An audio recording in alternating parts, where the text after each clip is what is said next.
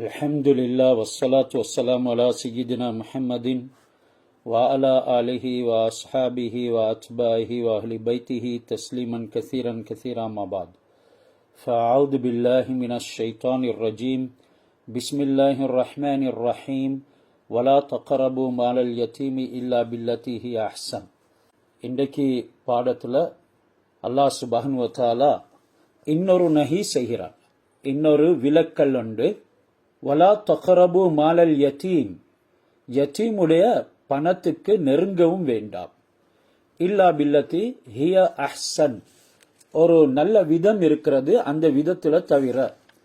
ஹத்தா யபுலுக அசுத்தஹு, அந்த விதத்துக்கு நெருங்குவதாக இருந்தாலும் கூட அந்த யதீம் அவருடைய அசுத்தஹு பருவ வயதை அடைந்து விட வேண்டும். வ அவ்ஃபு பில் அஹ்தி, மேலும் இரண்டாவது அல்லாஹ் சொல்கிறான் இந்த ஆயத்துல, அல்லாஹ்வுடன் செய்த உடன்படிக்கை ஒன்று இருக்குது, அடியார்களோடு செய்யக்கூடிய உடன்படிக்கைகளும் இருக்கிறது. இந்த உடன்படிக்கைகளை நிறைவேற்றுங்க. வ அவ்ஃபு பில் அஹ்தி இன்னல் அஹ்த கான மஸ்ஊலா, இந்த உடன்படிக்கைகளை பற்றி கேள்வி கேட்கப்படுவீர்கள். இந்த வகையில முதலாவது அனாதைகளை பற்றி அல்லாஹ் சுப்ஹானஹு வ தஆலா அவருடைய பணத்தை உபயோகிக்க முடியுமா ஏலாதா என்கிற விஷயங்களை இங்க பேசுகிறான். யத்தீம்களை பராமரிக்கிறது இஸ்லாத்துல ஒரு பெரிய நன்மைக்குரிய விஷயம். குர்ஆனுடைய ஹதீஸுடைய தலீல்கள் ஆதாரங்கள் இதற்கு ஏராளமாக வந்திருக்குது. அந்த யத்தீமை பொறுப்பெடுக்கிறது, கண்ணியப்படுத்துறது, அவர்களுடைய பொருள்களை பாதுகாக்கிறது. சில யத்தீமான பிள்ளைகள் செல்வந்தர்களாக இருப்பார்கள், அவர்களுக்கு பொருள் இருக்கும், அவைகளை பாதுகாக்கிறது, அவர்களுக்கு நோவின கொடுக்காமல் இருக்கிறது, யாரெல்லாம் அவர்களை நோய்க்கின்றார்களோ அவர்களுக்கு எச்சரிக்கை செய்கிறது. இப்படி ஏராளமான குர்ஆன் ஆயத்துகள் உள்ளடங்கியிருக்குது. அத்துடனே ஹதீஸ்களும் வந்திருக்குது. யாரு யத்தீம சீரான முறையில் அநியாயங்கள் ஏதும் செய்யாம பராமரிப்பாரோ அவர்களுக்கு ஹஸரத் ரசூலுல்லாஹி ஸல்லல்லாஹு அலைஹி வஸல்லம் அவங்க சொர்க்கத்தை வாக்களிச்சிருக்கிறாங்க. அன வகாஃபிலுல் யதீமி ஃபில் ஜன்னதி ஹாகதா வ அஷார பிஸ்ஸபாபதி வல் உஸ்தா, நடுவிரலையும் சப்பாபா என்ற ஆட்காட்டி விரலையும் ஹஸரத் ரசூலுல்லாஹி ஸல்லல்லாஹு அலைஹி வஸல்லம் ஒன்றிணைத்து நானும் யத்தீமை பராமரிப்போரும் இவ்வாறாக சொர்க்கத்தில் இருப்போம். சொர்க்கத்துக்கு போகக்கூடிய ஒரு வழிதான் யத்தீம்களை பராமரிக்கிறது, அவர்களை கண்ணியப்படுத்துறது.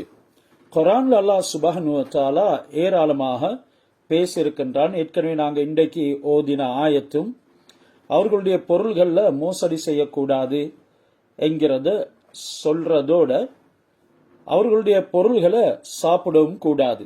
இன்னல்லதீன யாக்குலூன அம்வாலல் யதாமா லுல்மன், யாரு அநியாயமாக யத்தீம்களுடைய பொருட்களை உட்கொள்கிறார்களோ இன்னமா யகுலூன ஃபீ புத்தூனிஹிம் நாரா, அவர்கள் தன்னுடைய வயிற்றுகள்ல நெருப்பைத்தான் சாப்பிடுகிறார்கள். வஸயஸ்லௌன ஸஈரா, அந்த கொழுந்து வெட்டும் எரியும் நரக நெருப்புகளுக்கு அவர்கள் பலியாகிடுவார்கள், நுழைந்து விடுவார்கள். யத்தீம்களுக்கு இஹ்சான் செய்யணும், உபகாரம் செய்யணும், அவர்களை பலவந்தப்படுத்தக்கூடாது. ஃபஅம்மல் யதீம ஃபலா தக்ஹர், யத்தீமை பொறுத்தவரையில நீங்க எந்த ஒன்றையும் அவர்களுக்கு நிர்பந்திக்க வேண்டாம், அவர்களுக்கு கஹ்ரன் பலவந்தமாக செய்யுமாறு சொல்லவும் வேண்டாம், நிர்பந்திக்க வேண்டாம்.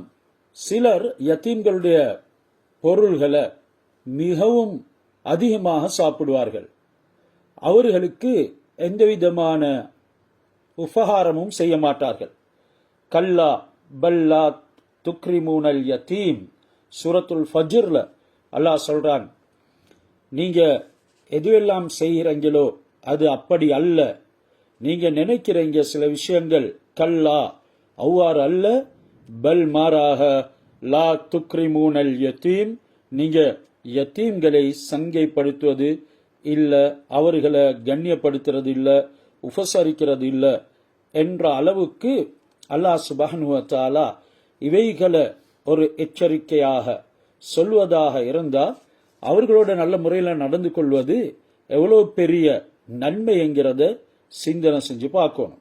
மேலும் அவர்களுக்கு இஸ்லாஹை ஏற்படுத்துறது, யத்தீம்களுக்கு மத்தியில அவர்களை பராமரிக்கும் பொழுது அவர்களுக்கு எது நளினமானதாக நல்லதாக அவர்களுக்கு இணக்கமானதாக இருக்குதோ அவைகளை நாங்க செய்யணும்.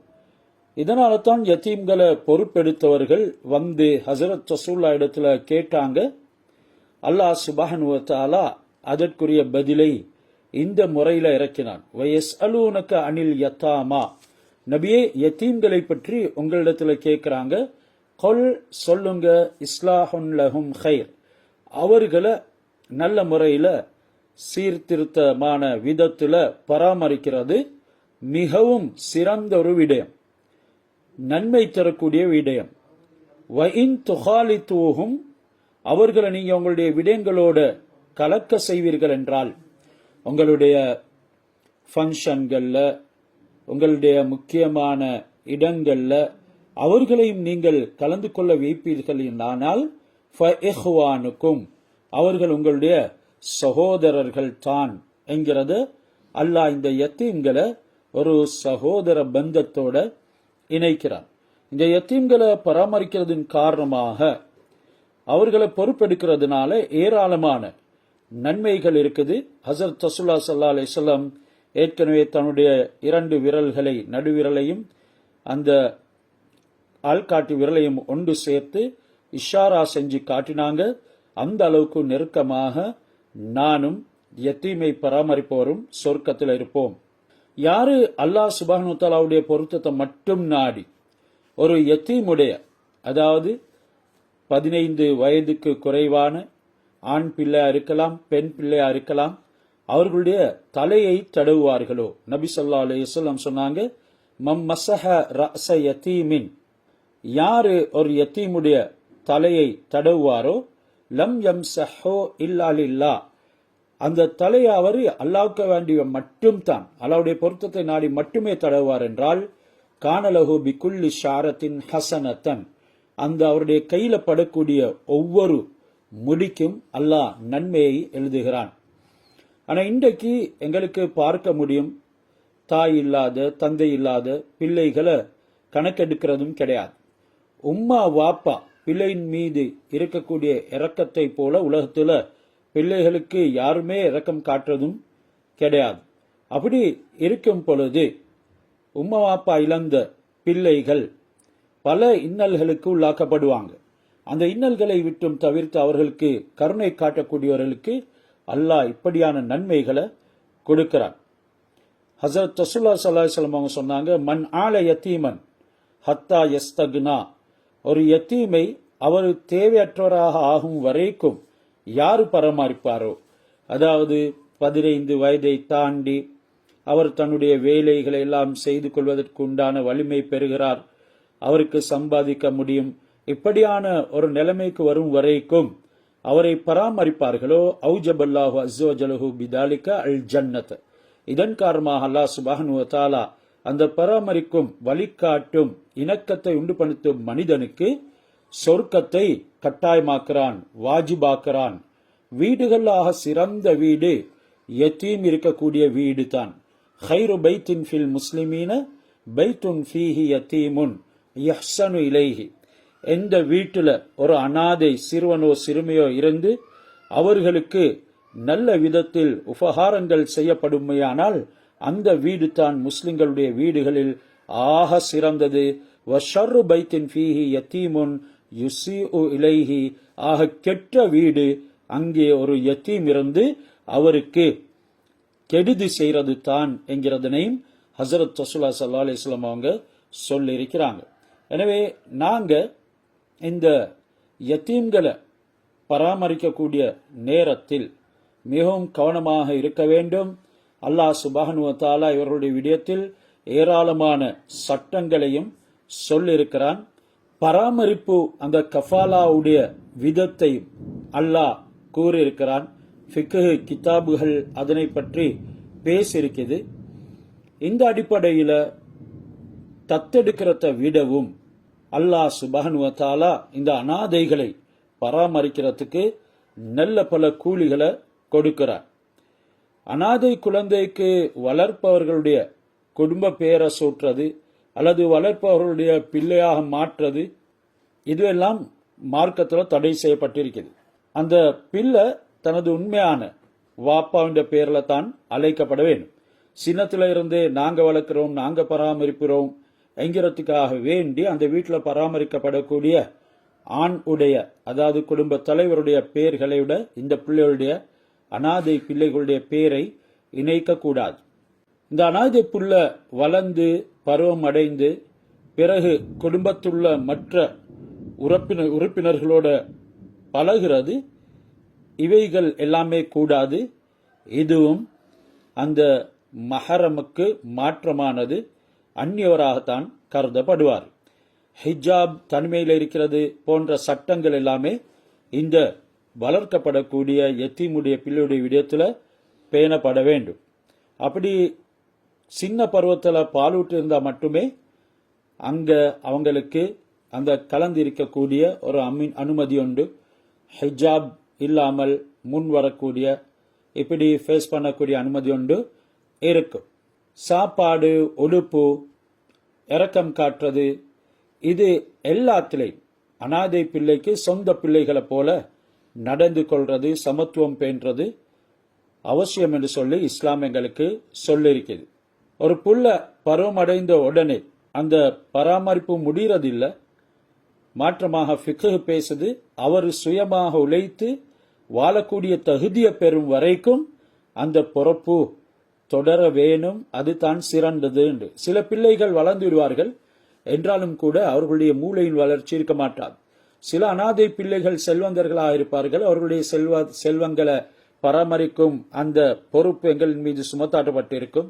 இப்படி அவர்கள் பருவ வயது அடைந்ததன் பின்னாலும் அந்த கொடுக்கல் வாங்கலுடைய சரியான பிரித்தறிவு இல்லாமல் பணங்களை வீணாக்க செய்யக்கூடியவர்களாக இருப்பார்களே, ஆனால் அவர்களை தொடர்ந்தும் அந்த நிலைமை சீர் வரும் வரைக்கும் பராமரிக்கிறதுக்கு இஸ்லாம் அனுமதி கொடுத்திருக்கிறது.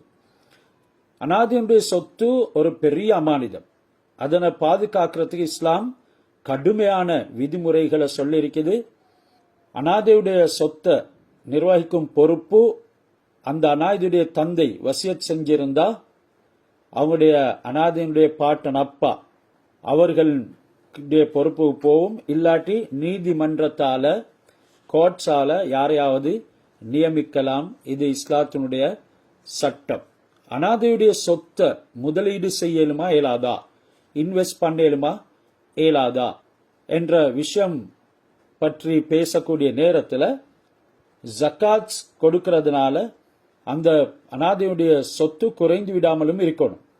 அது ஆகுமாக்கப்பட்ட வழிகளில் தான் இன்வெஸ்ட் பண்ணணும், முதலீடு செய்யணும், அந்த பொருள்களை வளர்க்கணும் என்கிறத இஸ்லாம் பேசுது. அனாதையுடைய பராமரிப்பாளர் ஏழையாக இருந்தால் அந்த சொத்துல இருந்து நியாயமான அளவு தனது உழைப்புக்கு ஈடாக எடுத்துக்கொள்ளலும். அதுவும் மிச்சம் பக்குவமாக இருக்கணும். அதுல மிஞ்சி போகக்கூடாது, மேலோங்க கூடாது, எல்லை மீற கூடாது. வசதி உள்ளவராக இருந்தா அந்த பொருளை, அனாதையுடைய பொருளை எந்த காரணத்தை கொண்டும் பாவிக்காம இருக்கிறது தான் சிறந்தது. அனாதை வளர்ந்து சொத்தை ஒப்படைக்கக்கூடிய சந்தர்ப்பத்தில் அந்த அனாதைக்குள்ள அந்த சொத்தை தானாகவே பராமரிக்கிறதுக்கு உண்டான ஆற்றல்கள் இருக்கிறதா என்கிறதனையும் பார்க்க வேண்டும். அல்ஹம்துலில்லாஹ், இந்த வகையில அனாதைகளை பற்றி இஸ்லாம் ஏராளமாக பேசியிருக்குது. அதன் பின்னால அல்லாஹ் சுப்ஹானஹு வ தஆலா 34வது ஆயத்துல 35வது ஆயத்துல வஅஃபுல் கைல இதா கில்தும், நீங்க அளந்து கொடுப்பதற்குரியவர்களாக இருந்தால் அந்த அளவைய நிரப்பமாக செய்யுங்க. வஅஃபுல் கைல, நீங்க ஏதேனும் அளந்து கொடுக்கிறதாக இருந்தா அந்த அளவு நிறுவைய பூர்த்தியாக செஞ்சுவிடுங்க. வஅஃபுல் கைல இதா கில்தும் வஸினு பில் கிஸ்தாஸில் முஸ்தகீம், நேரான தராச கொண்டு அதனை நீங்க நிறுங்க. வசினு நீங்க நெருங்க பில் கிஸ்தாசில் முஸ்தகீம் நேரான தராசை கொண்டு நெருங்க. தாலிக ஹைரும் வஹ்சனு தாவீலா அதுவே நல்லது, அதுவே உங்களுக்கு மிகவும் பிற்காலத்துக்கு உதவக்கூடியது என்று அல்லாஹ் சுப்ஹானஹு வ தஆலா இங்க இந்த அனாதைகளுடைய பராமரிப்புக்கு பின்னால இந்த அளவை நிறுவை பற்றி சொல்லிருக்கிறார்.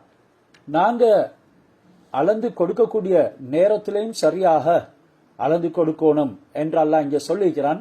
ஆனா அளந்து எடுக்கக்கூடிய நேரத்துல சிலவங்க மோசடி செய்வாங்க. இன்னும் சிலவங்க அவங்களுக்காக வேண்டி அளக்கிற நேரம் சரியாக அளந்து எடுப்பாங்க. மேலும் மற்றவர்களுக்கு அளந்து கொடுக்கிற நேரம் மோசடி செய்வாங்க. இப்படியாக நடந்து கொள்ளக்கூடியவர்கள் மோசடிக்காரர்கள், அநியாயக்காரர்கள். கிஸ்தாஸ் என்கிறது கிஸ்த் என்ற வார்த்தையிலிருந்து வந்திருக்குது. கிஸ்த் என்கிறதுக்கு நீதி என்ற கருத்தும் இருக்குது. நல்ல முறையில நீதமான முறையில நடந்து கொள்றதுக்கு தான் கிஸ்த் என்று சொல்லப்படுது. இந்த வார்த்தை ரோம மொழியில இருந்து, இட்டலி மொழியில இருந்து அரபு மொழிக்கு வந்தது என்று சொல்லியும் ஒரு கருத்து இருக்குது. என்றாலும் அரபு மொழிதான் அனைத்துக்கும் முதன்மையானது, அல்லாஹ் சுப்ஹானஹு வ தஆலா பேசுவதற்கு தேர்ந்தெடுத்தது என்கிறதனையும் நாங்க மறந்துவிடக் கூடாது. நிறுவையில அளவையில பரிபூர்ணமாக நிறைவேற்றது புகழ அல்லாஹ் சுப்ஹானஹு வ தஆலா உண்டு பண்ணி அந்த தொழில அபிவிருத்தியை ஏற்படுத்துறது காரணமாக அமையும். நாள மறுமையில கேள்வி கணக்குக்கு அகப்படாமலும் இருக்கலும் நீதியாக நாங்க அளந்து கொடுத்தா அல்லாஹ் சுப்ஹானஹு வ தஆலா என்ன நன்மைகளை வாக்குறுதி அளித்திருக்கின்றானோ அவைகளையும் பெற்றுக்கொள்ள முடியும். கேவலத்துக்கு பழிப்புக்கு அல்லாஹ் சுப்ஹானஹு வ தஆலா 10 தன்மைகளை சொல்லியிருக்கிறான் என்று நாங்க ஆரம்பத்திலே பேசினோம். அது ஒவ்வொரு ஆயத்தாக எங்களுக்கு விளங்க முடியும். அதுல 4வது தான் கோபம். அல்லாஹ் விலக்கிய ஒரு உயிரை அநியாயமாக கொல்லக்கூடாது என்ற வசனத்துல அந்த 4வது தன்மை சொல்லப்பட்டிருக்கிறது. கோபம் அதிகமாக மிகைத்தா அது கொலையை செய்வதற்கு கொண்டு போய் சேர்க்கும். அநியாயமாக அதனால கொல்லப்படுவாரு. நாங்க அப்படி அநியாயமாக கொல்லப்பட்டா கொல்லப்பட்டவருடைய வாரிசுக்காரருக்கு அதிகாரத்தை, சுல்தானன் ஒரு அதிகாரத்தை ஏற்படுத்தி கொடுத்திருக்கிறோம் என்கிறதின் மூலமாக அல்லாஹ் சுப்ஹானஹு வ தஆலா இந்த கோபத்தை மாத்தி இருக்கிறான். ஒரு மனிதன் கோபம் படும் பொழுது அவனுடைய புத்தியில 3/2 பங்கே போய்விடுது. பைத்தியக்காரனை போல செயல்பட ஆரம்பிச்சிடுவான். இதனால தான் ஹதீஸ்ல வந்திருக்குது, கரபல் ஹலாயிக்கு மின் அர்ஷி ரஹ்மான் யௌமல் கியாமா.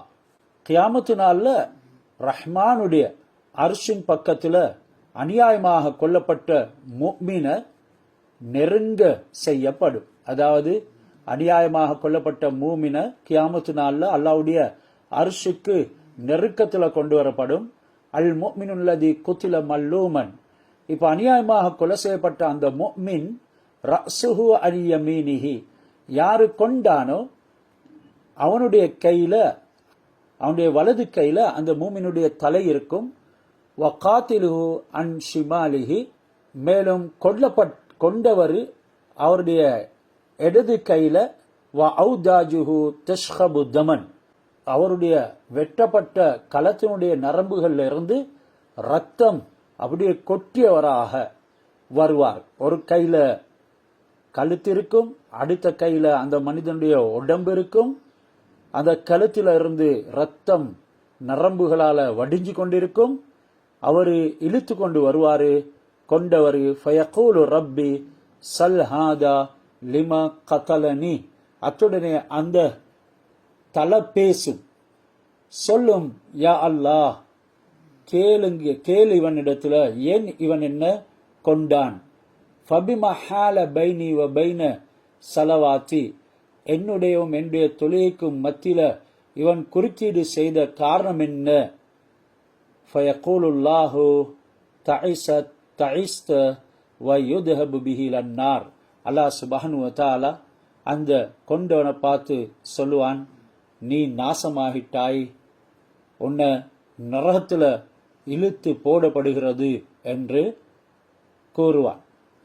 இதனால இந்த வெட்கக்கேடான செயல்கள் இவைகள்ல இருந்து நாங்க எங்களை பாதுகாத்து கொள்ளணும். அதிகமாக இந்த இழிவாக்கப்பட்ட செயல்கள் அரசர்களிடம் இருக்குது.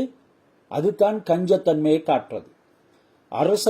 அரசர்கள் கஞ்சத்தன்மை காட்டுறது ஒரு பெரும் இழிவான செயல். நீதிபதிகள் இவங்களிடத்துல பொய் இருக்கிறது. அதிகமாக நீதிபதிகளிடத்துல பொய் இருக்கும். உலமாக்களிடத்துல அடங்காத கோபம் இருக்கும். அடுத்தது பெண்களிடத்துல வெட்கம் குறைவாக இருக்கும் என்று தஃப்சீர்ல இந்த வெட்கக்கெட்ட செயல்களுக்கு காரணங்கள் சிலது சொல்லிக்கிறாங்க. இன்றைக்கு இவைகள் எங்களுக்கு பார்க்கலாம். அரசரிடத்துல கஞ்சத்தன்மை இருக்கிறதின் காரணமாக அவர்கள் பொது ஜனங்களுக்கு செலவழிக்க மாட்டார்கள். லேசாக இழிவு அவர்களை அடைஞ்சிடும். நீதிபதிகளிடத்துல பொய் இருக்கிறதுனால சமூகத்துல பெரும் சீர்கேடு உண்டாகி நல்லவர்கள் பொல்லாதவர்களாகும், பொல்லாதவர்கள் நல்லவர்களாகும் ஆகுவார்கள். இதனால பல மானக்கேடான செயல்கள் நடக்கும். இவைகளுக்கு காரணமாக இந்த நீதிபதிகள் அமைவாங்க. உலமாக்களிடத்துல அடங்காத கோபம் இருக்கும். இன்றைக்கு எங்களுக்கு பார்க்கலாம். அதிகமான உலமாக்கள் அவருடைய கருத்துகள்ல மிகவும், அது பிழையாக இருந்தாலும் கூட சில சந்தர்ப்பங்கள்ல உண்மையை கண்டு அவர்கள் அதுல கோபம் கொண்டவர்களாக உறுதியாகவே இருப்பார்கள். அத்துடனே பெண்களுக்கு மத்தியில வெட்கம் குறைவாக இருக்கும். இன்றைக்கு அதிகமான பெண்கள் அவர்களுடைய வெட்கத்தை விட்டதின் காரணமாக சமூகத்தில் பலவிதமான பாவங்களுக்கு காரணம் அமைந்திருக்கிறது. ஆரம்ப காலத்துல பெண்கள் எந்த அளவுக்கு வெட்கமுடையவர்களாக இருந்தார்கள் என்றால், ஆண்கள் நடக்கூடிய இடத்துல கூட இருக்க மாட்டார்கள். தூரத்துல வருவதாக இருந்தா வேறொரு பாதையில போயிட்டு விலகி நிற்பார்கள். அந்த அளவுக்கு நாணம் வெட்கமுள்ளவர்களாக இருந்தாங்க. ஆனா இன்றைக்கு சரிக்கு சரி பெண்கள் எல்லா இடங்கள்லையும் அலைமோதி கொண்டிருக்கிறாங்க. அஞ்சாவது விஷயம்தான் வீண் செலவு. ஏற்கனவே நாங்கள் இவைகள்லாம் பார்த்தோம். அளவுக்கு அதிகமாக வீண் செலவை ஏற்படுத்திக் கொள்றது, இவைகளும் ஒரு மோசடியாக இருப்பதுடனே வெட்கக்கெட்ட செயல்தான். அடுத்தது அதிகமாக கொலை நடக்கும். கியாமத்து நாள் நெருங்கும் பொழுது கொலை அதிகரிக்கும். யக்ஸருல் ஹரஜ், ரசூலா சொன்னாங்க, ஹரஜ் கூடும். வமல் ஹரஜ் யா ரசூல்லா, ஹரஜ்டா என்ன என்று சொல்லி கேட்டாங்க. சொன்னாங்க, அல் கத்துல், கத்துல் கொலை, கொலை. கொண்டவருக்கு தெரியா எதற்காக நான் கொண்டேன், கொல்லப்பட்டவருக்கும் தெரியா எதற்காக கொல்லப்பட்டார் என்று. அந்த அளவுக்கு கொலை அதிகரிக்கும். நாங்க இத போன்ற சந்தர்ப்பங்கள்ல நேர்மையாக இருக்கணும். அத்துடனே வீண் விரயங்கள் செய்யறது அது மாபெரும் இழிவை கொண்டு வந்து தரும். ரசூலுல்லாஹி ஸல்லல்லாஹு அலைஹி வஸல்லம் அவங்க ஒரு தடவை சாத் ரலியல்லாஹு தஆலா அன்ஹு அவங்க உலு செஞ்சு கொண்டிருக்கும் பொழுது பக்கத்தால நடந்து போனாங்க.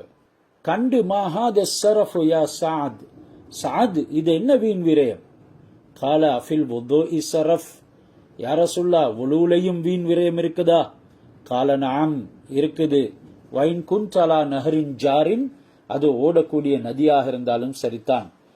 இப்படியாக தண்ணீரை கூறப்பட்ட அளவைக்கான அதிகமாக உபயோகிக்கிறது வீண் விரயம். ஆறாவது தன்மைத்தான் பேராசை. நாங்க இவைகள்லாம் குர்ஆனுடைய ஆயத்துகள்ல ஓதி இருக்கிறோம். இந்த பேராசைய அல்லாஹ் இந்த அனாதைகளுடைய பொருளின் பக்கம் நெருங்காதீங்க, லா தக்ரபு மாலல் யத்தீம் என்ற ஆயத்தின் மூலமாக எங்களுக்கு சொல்லி காட்டுறான். அனாதைகளுடைய பொருள்களை நெருங்கிறது, அதை இன்வெஸ்ட்மெண்ட் பண்ணி நான் தானே சம்பாதித்தேன், நான் தானே பெருக்கினேன் என்று சொல்லி அவைகளை தாராளமாக உண்ணுறது, புசிக்கிறது, பாவிக்கிறது, இவைகளெல்லாம் பேராசைன்னு அடியார்கள். கேட்கப்பட்டுச்சு, இந்த வயோதிபர்கள் இளைஞர்களை காண உலகத்தினுடைய ஆசை அதிகம் உள்ளவர்களாக இருக்கிறாங்களே, அது ஏன் ஒரு ஞானி இடத்துல கேட்கப்பட்ட நேரம் அவர் சொன்னாரு, இளைஞர்கள் உலகத்தின் உடைய சில டேஸ்ட்களை, இன்பங்களை இன்னும் அனுபவிக்கல, வயோதிபர்கள் அதனை அனுபவித்து இருக்கிறார்கள், ருசிச்சு இருக்கிறார்கள் என்று அவர் பதில் சொன்னார். இதனால சில விஷயங்களுடைய அனுபவம் இந்த வயோதிபர்களுக்கு இருக்கிறதின் காரணமாக அவர்களுக்கு உலகத்தினுடைய பேராசை அதிகம் என்று சொன்னார்கள். வயது போக போக பேராசைங்களிடத்திலிருந்து இல்லாம போகணும் சொன்னாங்க ஹசரத் ரசூலுல்லாஹி ஸல்லல்லாஹு அலைஹி வஸல்லம். அவங்க இந்த ஆதமுடைய மகன் அவனுடைய வயிற்றை கபரு மண்ணினால் தான் நிரப்ப முடியும், அந்த அளவுக்கு பேராசை உள்ளவர்களாக இருப்பார்கள். இது இழிவான செயல்கள் 10 தன்மைகள்ல 6வது தன்மையாக இந்த ஆயத்தின் ஊடாக அல்லாஹ் சுப்ஹானஹு வ தஆலா எங்களுக்கு எடுத்து காட்டுறான். இதனால பேராசைக்கு பதிலாக கிடைச்சதை வைத்து திருப்தி அடையக்கூடியவர்களாக நாங்க இருக்கணும். அப்படி திருப்தி அடைகிறது தான் பெரும் சீமான்தனம். யாரு கிடைக்கிறதை கொண்டு திருப்தி அடைந்தாரோ அவர் வெற்றி பெற்றுட்டார் என்று சுஃபியானு ஸௌரி ரஹ்மத்துல்லாஹி அலைஹி அவங்க கூறியிருக்கிறாங்க. 7வது தன்மை தான் உடன்படிக்கை நிறைவேற்றாம முறிக்கிறது. அல்லாஹ் அதனை தடுத்து இருக்கிறான், நிறைவேற்றுமாறு சொல்லியிருக்கிறான். முதலாவது அல்லாஹ்வோட செஞ்ச உடன்படிக்கைய முறிக்கிறாங்க. அல்லாஹ் ஏராளமான குர்ஆன் ஆயத்துகள்ல மோமின்களை, முஸ்லிம்களை, முன்னால வந்த வேதக்காரர்களை எல்லாம் அழைத்து தன்னுடைய உடன்படிக்கையை ஞாபகப்படுத்துகிறான். யா பனி இஸ்ராயில், பனு இஸ்ராயில்கள், இஸ்ராயலுடைய சந்ததிகளை அழைத்து அல்லாஹ் சொல்றான், அவ்ஃபு பில் அஹதி ஊஃபி பி அஹதிக்கும் வ இய்யாய ஃபர்ஹபூன், நீங்க என்னுடன் செஞ்ச உடன்படிக்கையை நிறைவேற்றுங்க, நான் உங்களுடன் செய்த உடன்படிக்கையை நிறைவேற்றேன், என்னை மட்டும் நீங்கள் பயப்படுங்கள் என்றெல்லாம் சொல்லியிருக்கும் பொழுது முதலாவதாக அல்லாஹ்வுடன் செஞ்ச உடன்படிக்கையை மறுக்கிறாங்க. ஃபபினக்லிஹிம் மீசாகிஹிம், அல்லாஹ் பல ஆயத்துகள்ல சொல்றான், அவர்கள் அல்லாஹ்வுடன் செஞ்ச உடன்படிக்கை முறித்ததின் காரணமாக பல வேதனைகளுக்கு, துன்பங்களுக்கு ஆளானாங்க. உடன்படிக்கையை முறித்து வகத்லிஹிமுல் அன்பியா, அவர்களுடைய சமூகத்தில் இருந்த நபிமார்களை கூட கொலை செய்தார்கள். எப்போ உடன்படிக்கைகள் முறியடிக்கப்படுமோ இந்த அளவுக்கு நல்லோர்களும் பாதிக்கப்படுவாங்க, நல்ல விஷயங்களை சொல்லக்கூடியவங்களும் பல இன்னல்களுக்கு, துன்பங்களுக்கு, கொலை செய்யப்படக்கூடிய அளவுக்கு ஆகிடுவாங்க. 8வது தன்மை தான் இந்த அளவை நிறுவ இல்லை, மோசடி செய்யறது, அதனை பூர்த்தியான முறையில அளந்து கொடுக்கிறது இல்லை, பூர்த்தியான முறையில அவர்கள் நிறைவேற்றதில்லை, நீதமாக நடந்து கொள்றதில்லை. ஒரு மனிதன் மௌத்தா போகக்கூடிய நேரத்தில் நெருப்பால் 2 மலைகள் என்று சத்தமிட்டு கொண்டிருந்தார். அவனுடைய செயல்பாடு எப்படி இருந்துச்சுன்னு சொல்லி அவங்களுடைய குடும்பத்திடத்தில் கேட்கப்பட்ட நேரம் 2 தராசுகளை அவன் வைத்திருந்தான், அல்லது 2 அளக்கும் படிகளை அல்லது கொத்துகளை அவன் வைத்திருந்தான். ஒன்றை கொண்டு அளந்து கொடுப்பான், மற்றொன்றை கொண்டு அளந்து வாங்குவான் என்று சொல்லி அவங்க சொன்னாங்க. அதாவது அளந்து கொடுக்கிற நேரத்தில் அதுல கொஞ்சம் குறைவாக இருக்கும், அளந்து எடுக்கக்கூடிய நேரத்தில் அந்த கொத்து நிறைவாக இருக்கும். இதனால வியாபாரிகளை பார்த்து ஹஸரத் ரசூலுல்லாஹி ஸல்லல்லாஹு அலைஹி வஸல்லம் அவங்க சொன்னாங்க, யா மாஷரத் துஜ்ஜார், வியாபார கூட்டத்தினரே, வியாபாரிகளே, இன்னல்லாஹ பஅஸுக்கும் யௌமல் கியாமத்தி ஃபுஜ்ஜாரன், கியாமத்து நாளன்று அல்லாஹ் சுப்ஹானஹு வ தஆலா உங்களை ஃபுஜ்ஜார்களாக, கெட்டவர்களாக, பாவிகளாக எழுப்பாட்டுவான். இல்லாமன் சதக வ வஸல வ அத்தல் அமானத, யாரு உண்மையை சொல்லி சீரான முறையில் யாருக்கு சொத்துகள் போயிட்டு சேர வேண்டுமோ, அதனுடைய முறைகள் போயிட்டு சேர வேண்டுமோ அதனை சேர்த்து வைத்து அமானியத்தை நிறைவேற்றினார்களோ அவர்களை தவிர அப்படி இல்லாத அனைத்து வியாபாரிகளும் கியாமத்து நாளில் ஃபுஜ்ஜார்களாக, அநியாயம் செய்தவர்களாக எழுப்பாட்டப்படுவார் என்கிறது நபி ஸல்லல்லாஹு அலைஹி வஸல்லம் அவங்க சொன்னாங்க.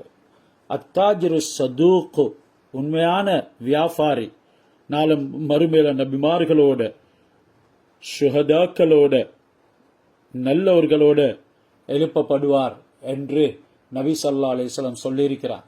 இதனால வியாபாரம் செய்யக்கூடிய நேரத்தில் ஹலால் ஹராம மிகவும் துல்லியமான முறையில் நாங்க பேணணும். சொன்னாங்க ரசூலுல்லாஹ், அல் ஹலாலு பையனுன் வல் ஹராமு பையனுன். ஹலால் இன்னவென்று தெளிவாக சொல்லப்பட்டிருக்கிறது, ஹராம் இன்னவென்று தெளிவாக கூறப்பட்டிருக்கிறது, பயான் செய்யப்பட்டிருக்கிறது. இன்னல் ஹலால பையனுன் வைனல் ஹராம பையனுன் பைனஹுமா உமூருன் முஷ்தபிஹாத். அந்த ரெண்டுக்கும் மத்தியில முஷ்தபிஹாத்தான, அதாவது சந்தேகமான விடயங்களும் இருக்குது. சந்தேகத்தை நீங்க தவிர்த்து கொள்ள வேண்டும். ஃபமனித்தக ஷுபஹாத்தி ஃபகத் இஸ்தப்ரஅ லிதீனிஹி வ இர்திஹி. யாரு சந்தேகமான விடயங்களை விட்டும் தன்னை பாதுகாத்துக் கொள்வார்களோ அவர்கள் தான் தன்னுடைய மார்க்கத்தையும் மானத்தையும் பாதுகாத்துக் கொண்டார்கள். வமன் வகா ஃபிஸ் ஷுபஹாத்தி வகா ஃபில் ஹராம். யாரு சந்தேகமான விடயங்கள்ல ஈடுபட்டு விடுவாங்களோ, அதனை செய்ய ஆரம்பிப்பாங்களோ, ஹராத்தையே செய்து விட்டார்கள். வகா ஃபில் ஹராம் என்றதன் பின்னால நபி ஸல்லல்லாஹு அலைஹி வஸல்லம் ஒரு உதாரணத்தையும் சொன்னாங்க. கர்ராஇ யர்ஆ ஹவுலல் ஹிமா. ஒரு வேலிக்கு அருகாமையால் மேயக்கூடிய ஆற்றை போல, வரம்பின் பக்கத்துல மேயக்கூடிய ஆற்றை போல, வரம்புல மேயக்கூடியதை போல, அது அறியாமலேயே அடுத்தவனுடைய வேலிக்கு தலையை போட்டு சாப்பிட்டு விடுகிறது. கர்ராஇ யர்ஆ ஹவுலல் ஹிமா யூஷிகு ஐ யர்தா ஃபீ என்று சொன்ன நபி ஸல்லல்லாஹு அலைஹி வஸல்லம், அலா அறிந்து கொள்ளுங்கள், வ இன்ன லிக்குல்லி மலிக்கின் ஹிமா. ஒவ்வொரு அரசனுக்கும் ஒரு பாதுகாப்பு கோட்டை இருக்கிறது, ஒரு பாதுகாப்பு அரண் இருக்கிறது. வ ஹிமல்லாஹி மஹாரிமுஹு. அல்லாஹ் சுப்ஹானஹு வ தஆலாவுடைய பாதுகாப்பு கோட்டை தான் அவன் ஹராமாக்கியது. எதுவரைக்கும் நாங்க ஹராத்துல நிகழமா இருப்போமோ அதுவரைக்கும் அல்லாஹ் சுப்ஹானஹு வ தஆலாவுடைய பாதுகாப்பு அரணிலே, பாதுகாப்பு கோட்டையில நாங்க இருப்போம். எப்ப நாங்க ஹராத்தை புசிப்போமோ அல்லாஹ் சுப்ஹானஹு வ தஆலாவுடைய பாதுகாப்பை விட்டும் வெளியேறி விடுவோம் என்கிறத இவைகள் எங்களுக்கு சொல்லி காட்டுது. வலா தக்ஃபு மா லைஸ லக பிஹி இல்ம். 36வது ஆயத் தொடர்ந்து எங்களை பார்த்து அல்லாஹ் சுப்ஹானஹு வ தஆலா ஒரு முக்கியமான விஷயத்தை சொல்லுகிறான். அல்லாஹ்வுடைய வார்த்தைகள் அனைத்துமே முக்கியம் வாய்ந்தது. மனிதனை பற்றி நன்கு அறிந்த அல்லாஹ், அவனுடைய தன்மைகளை பற்றி தெரிந்த அல்லாஹ் சொல்லுறான், உனக்கு அறிவில்லாத விடயத்துல நீ ஈடுபட்டுவிடாதே, அறிவில்லாத விடயத்தை பின்பற்றாதே. ஒரு விஷயம் உனக்கு சரியாக தெரியாது, அதனை பின்பற்றாதே. அறிவில்லாம இன்றைக்கு சில விஷயங்களை செய்யறதுனால தான் மனிதன் துரிதமாக ஹராத்துல விழுந்துடுறான்.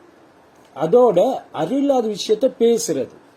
சிலவங்களுக்கு அதனை பற்றிய சரியான தெளிவே இருக்க மாட்டாது, என்றாலும் தெரிஞ்சவரை போல பேசுவாரு. அல்லாஹ் சொல்றான், உன்னுடைய நாவை மட்டுப்படுத்திக்கோ.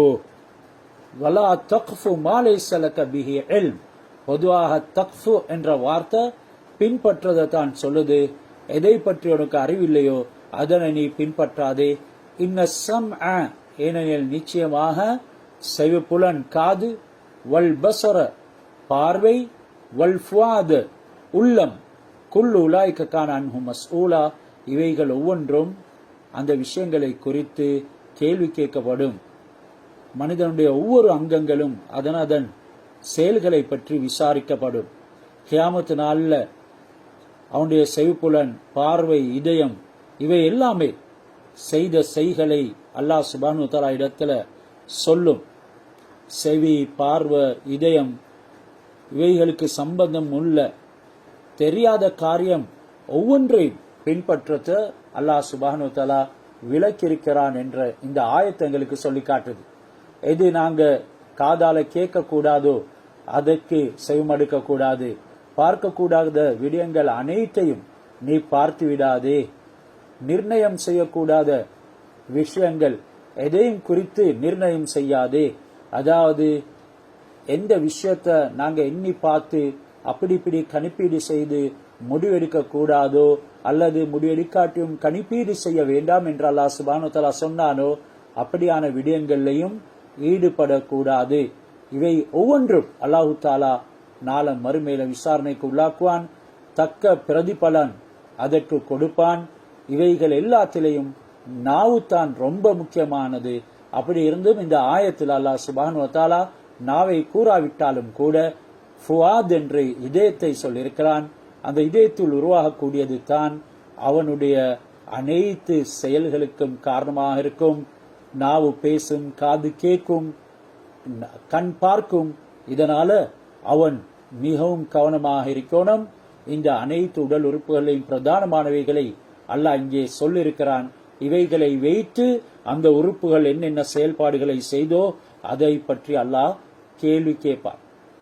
பாவமான விடயத்தை செய்யறதுக்கு அடியான் உறுதி கொண்டா அதற்காக அவன் குற்றம் பிடிக்கப்படுவான் என்கிறது இந்த ஆயத்தினுடைய கருத்து. இதை பற்றி பல ஆயத்துகள் அல்லாஹ் சுப்ஹானஹு வ தஆலா உங்கள் இருதயங்கள் சம்பாதித்ததை கொண்டு உங்களை பிடிப்பான் என்று சொல்லப்பட்டிருக்கிறது.